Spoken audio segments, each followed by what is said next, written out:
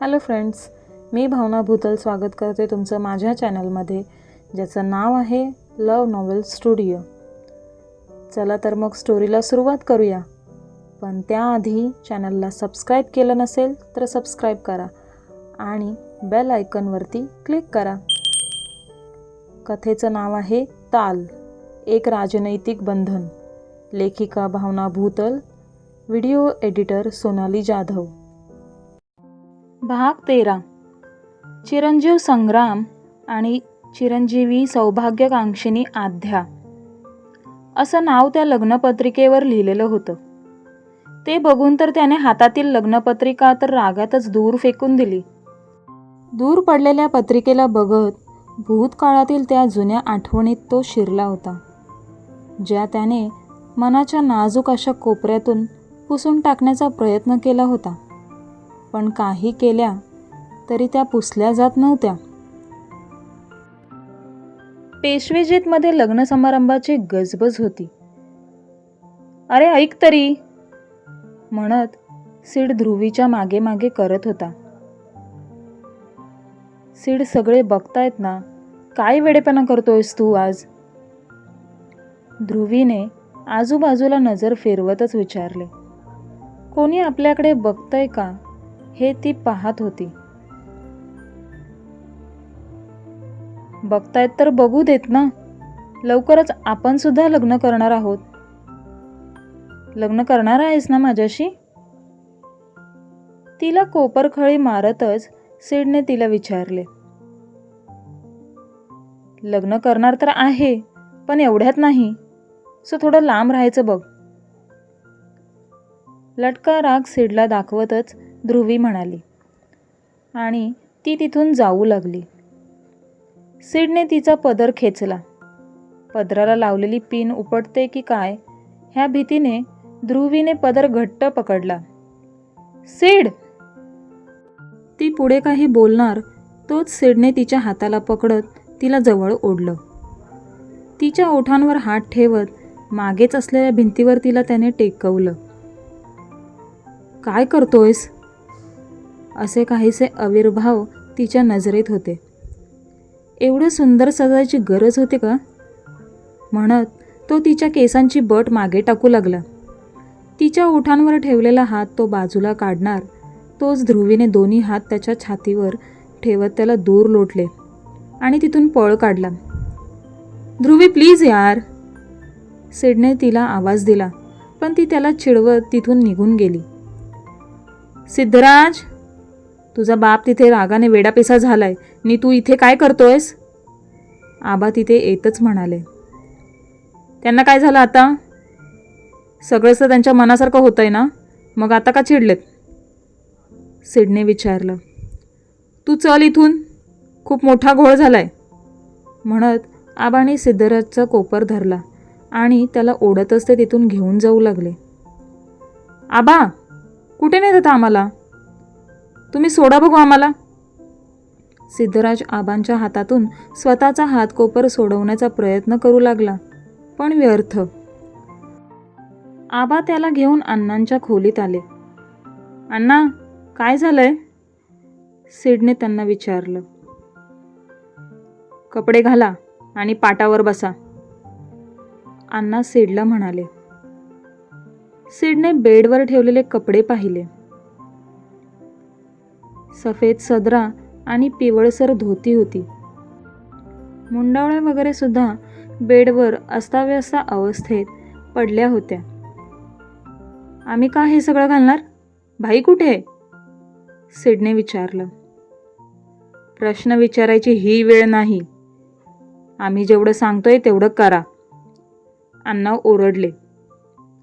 आम्ही हे कपडे घालणार नाही, म्हणत सीड अण्णांपासून 2 पावले मागे सरकला. मागेच आबा उभे होते.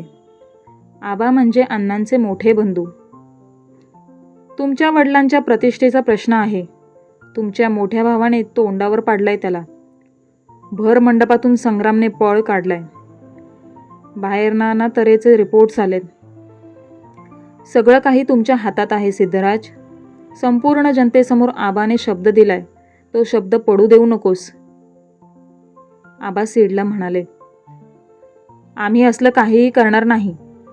तुम्ही आम्हाला इमोशनली ब्लॅकमेल करणं बंद करा. सीड आबांवर ओरडतच म्हणाला. आवाज खाली ठेवून बोलायचं. नजर मोठी करत सीडला राग दाखवतच आबा म्हणाले, ह्याची तयारी करायला घ्या. अण्णांनी हाताखाली काम करणाऱ्यांवर हुकूम सोडला. काय जबरदस्ती आहे? आम्ही नाही करणार हे लग्न. आम्ही ध्रुवीवर प्रेम करतोय. अण्णा, तुम्ही असे नाही वागू शकत आमच्यासोबत. जास्तच जबरदस्ती केली तर आम्ही सुद्धा हे घर सोडून निघून जाऊ. सीड धमकावतच म्हणाला. फक्त लग्न करा. बाकीचं सगळं आम्ही सांभाळून घेऊ. तुम्हाला ध्रुवीसोबत लग्न करायचंय तर ते सुद्धा आम्ही लावून देऊ. एवढा स्वतःच्या बापावर तुम्ही विश्वास ठेवूच शकता. अण्णा सीडला शब्दात अडकवू लागले. सीड नकारार्थी मान डोलवत अण्णांकडे बघत होता. पण ह्या सगळ्यातून आपली सुटका नाही हे त्याचं मन त्याला सांगत होतं. आपल्या वडिलांच्या आणि काकांच्या शब्दाबाहेर गेल्यावर आपली काय अवस्था होईल ह्याची कल्पना त्याला होती. हे वय तुमचं ज्या गोष्टी करायचं आहे त्या गोष्टी तुम्ही करा ना. लग्न करून थोडे दिवस मजा मस्ती तर तुम्ही करूच शकता. एकदा का मुख्यमंत्रीपद हाती मिळालं की मग तिला घराबाहेर कसं काढायचं हे आम्ही बघतो. तुम्ही का टेन्शन घेतायत? आबा सीडमधला पुरुषार्थपणा जागवतच म्हणाले. तसंही ध्रुवी कुठे पळून जाणार आहे? आम्ही तुमचं तिच्यासोबत लग्न लावून देऊ. फक्त आमची अब्रू राखा म्हणजे झालं. अण्णा म्हणाले. दरवाजाच्या फटीतून डोकावणाऱ्या आईसाहेब सीडच्या नजरेस पडल्या. आईसाहेब, हे सगळं काय आहे? सीडने त्यांना आवाज दिला तसं त्या आत आल्या. सीड आशेचं किरण म्हणून त्यांच्याकडे पाहू लागला. आधीच त्या मुलीची अब्रू गेलीये. लग्न मोडलं तर बेअब्रू होईल ती. संग्राम मंडप सोडून पळून जातील अशी साधी भनक जरी असती ना तरी आम्ही ह्या सगळ्यात तुझ्या वडिलांना साथ दिलीच नसती. फक्त लग्न कर. आपण त्या मुलीचं पुढे काय करायचं हे नंतर बघूयात. फक्त लग्नच. त्यापुढे कोणीही कोणतीच जबरदस्ती तुला करणार नाही. आईसाहेब म्हणाल्या. सीड बेडवर बसला. आईसाहेबांच्या प्रेमळ शब्दांची भुरळ त्याला पडली होती. ह्याला लवकर तयार करून मंडपात आणा. अण्णांनी हुकूम सोडला आणि स्वतःच्या मोठ्या भावासोबत ते तिथून निघून गेले. सीड निर्विकार होता. अंगावरील काही कपडे उतरत होते तर काही कपडे पुन्हा चढत होते, जी त्याची नवी ओळख जगासमोर आणणार होते. पाणावलेल्या डोळ्यांनी त्याने एकदा आईसाहेबांकडे पाहिले.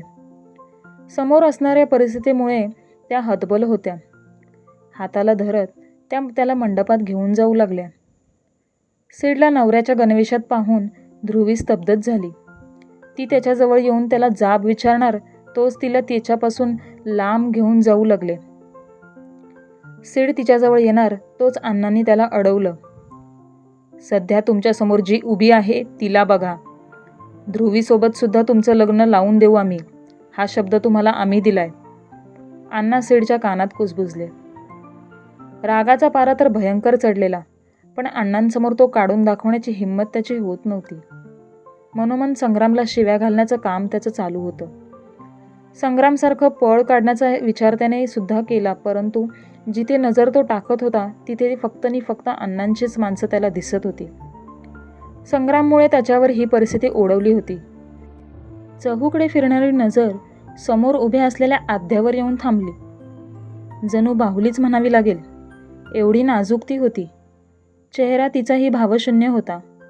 जणू हे लग्न तिच्या देखील मनाविरोधी होतंय असं काहीसं भाव तिच्या चेहऱ्यावर होते. बाजूला उभ्या असलेल्या दोन मुली तिला धरून उभ्या होत्या. जणू ती त्यांचा आधार घेऊन त्या मंडपात आली असं भासत होतं. तिला समोर बघून सीडला तिची दया आली, पण तितकीच तिची चीडसुद्धा आली होती. सगळ्यांसमोर तिचा गळा आवळून तिला मारून टाकावं म्हणजे आपण ह्यातून सुटू, इतका त्याचा राग विकोपाला गेला होता. हाताच्या मुठी अक्षरशः त्याने आवळल्या होत्या, पण दुसऱ्याच क्षणी तिच्या डोळ्यातून ओघळणारे पाणी बघता त्याचा राग विरघळला. सीडसमोर ती येऊन बसली. संग्रामाऐवजी सीडला बघून सर्वत्र कुजबूज सुरू झाली होती. मीडियाच्या प्रश्नांना उत्तर देईपर्यंत अण्णांच्या तोंडाला अक्षरशः फेस आला होता. पेशवाई पद्धतीने विवाह संपन्न झाला होता, पण तो दोघांच्याही मनाविरुद्ध. तो दिवस अगदी जसाच्या तसा त्याच्या नजरेसमोर तरंगत होता. पण अचानकपणे संग्राम त्याच्या रूममध्ये आला तसं तो भूतकाळातून बाहेर आला. डोळे पुसत तो संग्राम समोर उभा राहिला. खिशातून पिस्तूल काढत त्याने त्याच्यावर रोखून धरलं. भाई, घाबरतच सिड म्हणाला. तसं संग्राम विकृत पद्धतीने हसला. मरण समोर दिसल्यावर नाती आठवतात का? सिडच्या कपाळावर धरलेली बंदूक त्याने बाजूला करत विचारले. एकच नातं आठवतं जे माझ्यावर डिपेंड आहे. मरणाला तर आम्ही नाही घाबरत, कारण पेशव्यांचं रक्त आहे आमच्यात. सिड छकुलीकडे बघतच त्याला म्हणाला. हा डायलॉग तुझ्या तोंडून शोभून दिसत नाही. संग्राम सिडला म्हणाला. तुझं काय काम होतं? सिडने त्याला विचारलं. त्या खोलीची AC चालत नाही आणि आम्हाला AC शिवाय झोप येत नाही. आम्ही इथे झोपतोय, तू तिथे झोपायचं, संग्राम म्हणाला. सिड बेडवर आडवा पडणार त्याआधीच संग्राम बेडवर आडवा झाला. छकुलीला स्वतःजवळ ओढत तो डोळे मिटून आडवा झाला. बेड भला मोठा होता. सिड स्वतःची जागा सोडून बाहेर जाणार नव्हता. सानिध्याच्या बाजूला स्वतःसाठी जागा करत तो देखील झोपला. अधूनमधून डोळे उघडून सानिध्या बाजूलाच आहे ना ह्याची खात्री तो करून घेत होता. भीती आणि काळजी ह्या दोन गोष्टी डोक्यात घर करून होत्या, त्यामुळे त्याला नीट अशी झोप देखील लागली नव्हती. सकाळी 8च्या दरम्यान नेहमीप्रमाणे घरी काम करणारी मंडळी बेल वाजवू लागली. सिडने जबरदस्ती डोळे उघडले.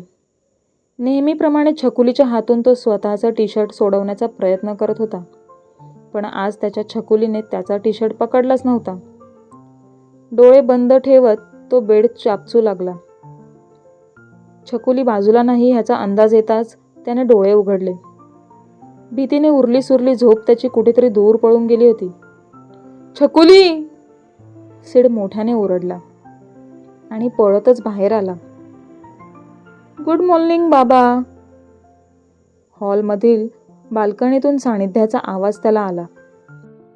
संग्राम पुशअप मारत होता तर सानिध्या त्याच्या पाठीवर बसून होती. मोठे पप्पा, नेक्स्ट नंबर कोणता असतो? सानिध्याने विचारलं. 29. सिडला क्रूर स्मित देत संग्राम म्हणाला आणि तो पुशअप मारू लागला. त्याच्या मागोमाग सानिध्यासुद्धा तो अंक म्हणत होती. पुन्हा दारावरची बेल वाजली. सिडने दोघांकडेही दुर्लक्ष केलं आणि तो दरवाजा उघडायला गेला. नेहमीप्रमाणे नोकर मंडळी दारात हजर होती. त्यांना कामं सांगून सिड फ्रेश व्हायला निघून गेला. सानिध्या मात्र संग्रामसोबत मोठमोठ्याने नंबर बोलत होती. सिडने स्वतःची तयारी केली आणि तो डायनिंग टेबलवर येऊन बसला. सानिध्या संग्रामला सोडून त्याच्याकडे येण्याचं नाव काही घेत नव्हती. सकाळी सकाळी मिठी मारून ब्रेकफास्ट करणारं आपलं पिल्लू आपल्याकडे आज साधं बघत सुद्धा नाही, म्हणून सिडला खूप वाईट वाटत होतं. पण आज ना उद्या ती आपल्याला सोडून लांब जाणार, त्याची पण तयारी आतापासूनच करायला हवी, असा विचार करून त्याने स्वतःच्या मनात उसळलेल्या आगीला शांत केलं. ब्रेकफास्ट आटोपून तो तिथून निघून गेला. आज त्याने सानिध्याची तयारीसुद्धा केली नव्हती. जवळपास तासाभराने सानिध्याच्या लक्षात आले तेव्हा ती सिडला आवाज देऊ लागली. बाबा मला न सांगता ऑफिसला गेला, म्हणत तिने रडायला सुरुवात केली. विसरला असेल ग तो, संग्राम तिची समजूत काढतच तिला म्हणाला. माझी तयारी कोण करणार मग आता? सानिध्याने रडतच त्याला विचारले. आम्ही करू की आमच्या राजकन्याची तयारी, चालेल? संग्रामने तिला विचारलं. सानिध्याने नाही म्हणून मान डोलवली. नको, मला सीडच पाहिजे म्हणत ती हुंदके देऊ लागली. चिमणे, तू असं करणार असेल तर आम्ही जातो माझी बॅग घेऊन. आम्हाला अशी रडणारी चिमणी अजिबात आवडत नाही. संग्राम तिला म्हणाला. मी नाही ललत, तुम्ही नका ना जाऊ म्हणत सानिध्या मोठ्यानेच रडू लागली. अरे, आता तर रडत नाही म्हणायचं आणि असं मोठ्याने रडायचं, ह्याला काय अर्थ आहे राव? संग्रामने विचारलं. सानिध्या डोळे मिटून शांत बसली. एखादा दुसरा हुंदका तिचा येत होता. संग्राम प्रेमाने तिला जवळ घेऊन शांत करत होता. अरे बच्चा, तुझं आज ताथा आहे ना? घुंगरू भरले का तू बॅगेत? संग्रामने तिच्या आवडीचा विषय घेतला. बाबाला माहिती असणार, तुम्ही बघणार काय? सानिध्याने संग्रामला विचारलं. आपण दोघे मिळून बघू, पण त्याआधी आंघोळ करून घे बरं. आज मी केस विंचरतो तुझे. कथ्थक करताना केस कसे विंचरतात हे आम्हाला थोडं थोडं माहिती आहे, संग्राम म्हणाला. खलच? सानिध्याने विचारलं. ह्यात आहे ना, ह्यात बघून मी तुझे केस पण बांधेल. तुझा बाबा पण ह्यातूनच बघून शिकलाय. तुला चालेल ना आम्ही तुझे केस बांधले तर?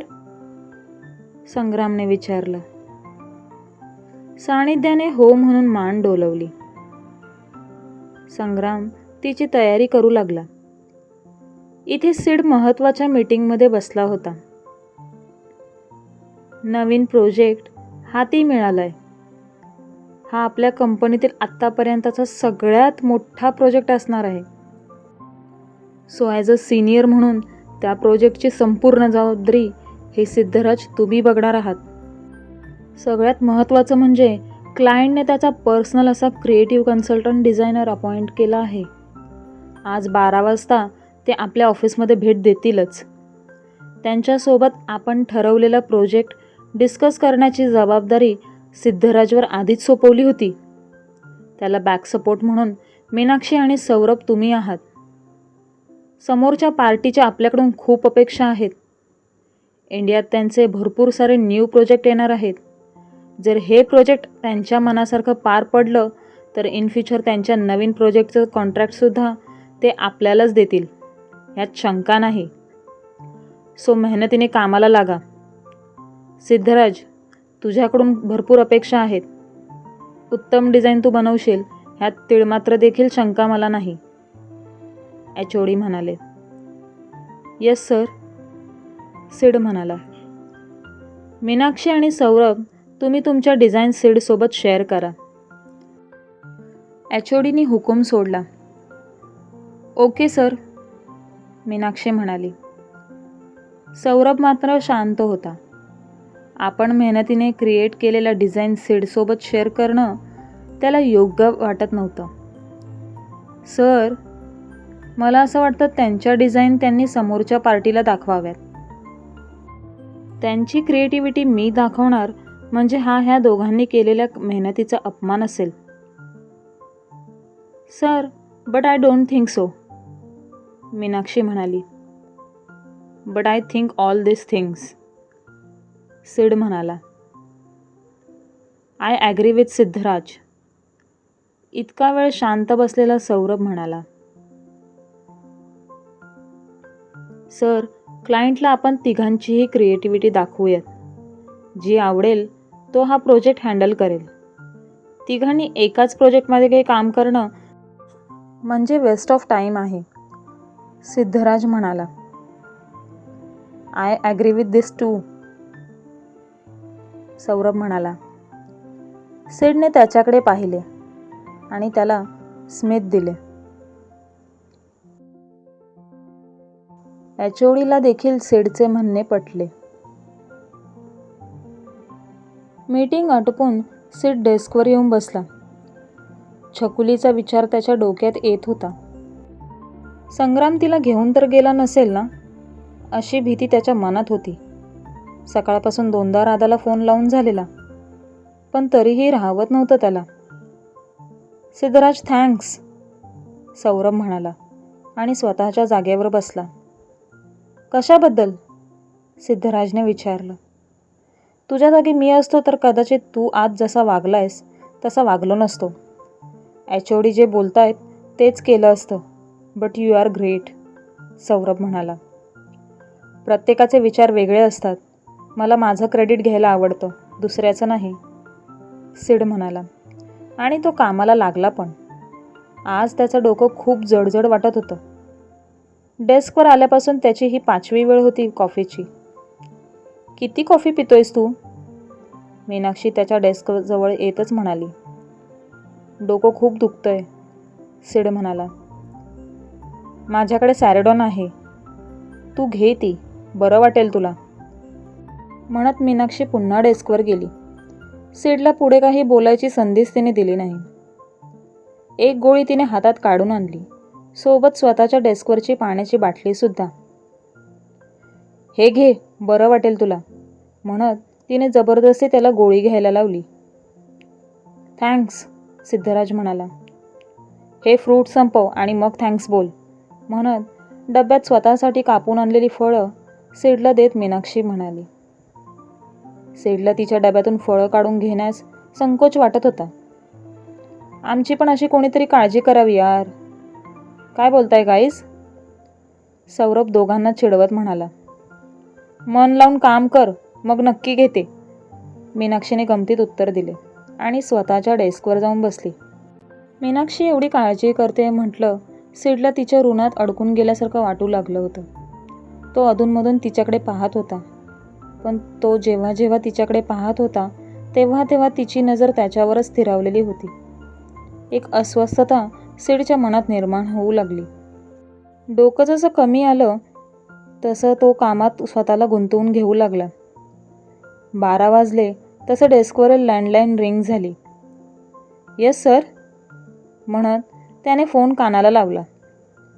ओके सर, म्हणत त्याने फोन ठेवला आणि तो लॅपटॉपसहित कॉन्फरन्सच्या दिशेने जायला निघाला. क्रिएटिव्ह कन्सल्टंट डिझायनर आलेले दिसतायत, सौरभने त्याला टोकलं. हो, be ready with your work, Siddharaj सौरभला म्हणाला आणि तिथून कॉन्फरन्सकडे निघून गेला. मीनाक्षी आणि सौरभ देखील स्वतःचा लॅपटॉप घेऊन सिद्धराजच्या मागोमाग कॉन्फरन्स रूममध्ये जायला निघाले. मे आय कम इन सर, सिडने सरांना विचारलं. येस प्लीज, HOD म्हणाले. पण सिड मात्र दरवाजातच उभा होता. HODच्या समोर ऐटीत बसलेल्या क्रिएटिव्ह कन्सल्टंट डिझायनरकडे तो पाहतच राहिला. चेहऱ्यावरील भावच त्याच्या बदललेले होते क्रमशः. कोण असेल क्रिएटिव्ह कन्सल्टंट डिझायनर? गेस तर करूच शकता. थोडा का होईना भूतकाळ तुमच्या पुढ्यात उघड झालाच आहे. कथा आवडत असेल तर कमेंट करून नक्की कळवा. धन्यवाद.